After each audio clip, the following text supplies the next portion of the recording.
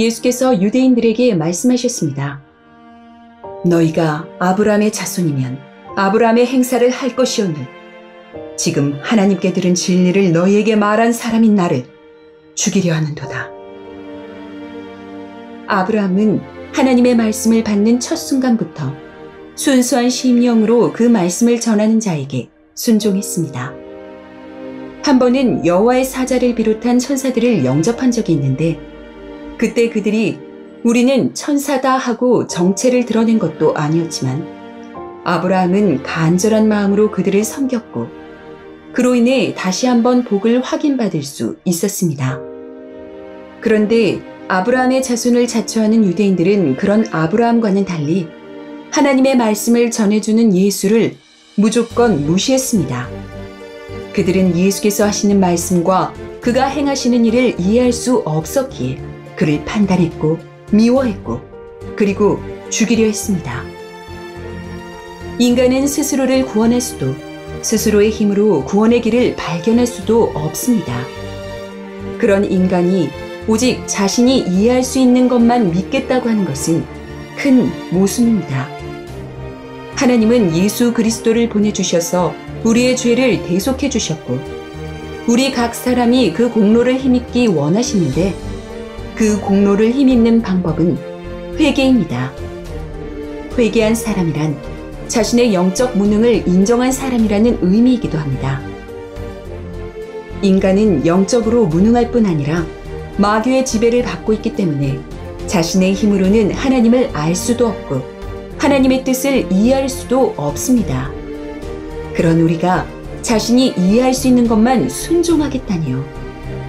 우리가 자신이 죄인이라는 사실조차 알지 못할 때 우리의 죄를 대속하시려고 십자가를 지신 주님의 공로를 과연 그런 마음으로 힘입을 수 있겠습니까?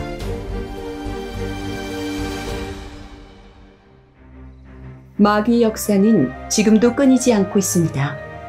마귀는 믿는 자들이라도 포기하지 않고 그들이 예수 그리스도의 영향력 안에 들어가지 못하도록 끊임없이 방해합니다. 이를 위한 가장 기본적인 방법은 믿는 자들이 자신이 받은 은혜를 감지하지 못하게 하는 것입니다. 마귀는 또 그들이 하나님께서 주시는 생명의 말씀을 간과하게 만들고 그러면서도 자신들이 처한 영적 상태에 대해 스스로 만족하고 안심하게 만듭니다. 마귀의 역사가 노골적으로 하나님을 대적하는 방식으로만 나타난다고 생각한다면 이는 큰 오해입니다.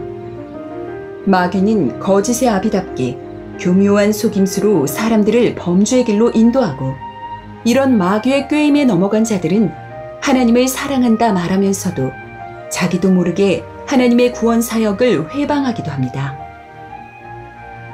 예수 그리스도는 마귀의 일을 멸하시기 위해 오신 분입니다. 마귀의 지배 아래 있다가 그분의 일방적인 은혜로 구원을 받은 우리가 그분 앞에서 자신의 이해 득실을 따진다는 것은 말이 되지 않습니다. 자신이 죄인이라는 사실도 알지 못했고 마귀의 지배를 받고 있다는 사실도 알지 못했으며 그런 절망에서 자신을 구원할 수도 없었던 우리가 이제 와서 그분의 의도가 이해되지 않는다는 이유로 그분의 말씀을 무시해서는 안 됩니다. 주님은 우리가 그를 알지 못할 때 우리가 이해할 수 없는 방법으로 우리를 구원하셨고 앞으로도 우리가 생각할 수 있는 것보다 더 놀라운 방법으로 우리를 이끌어 영생에 이르게 하실 것입니다. 이제는 그런 주님을 전적으로 신뢰하고 따릅시다. 회개의 마음으로 주님 앞에 나와 순수한 심령으로 그를 섬깁시다.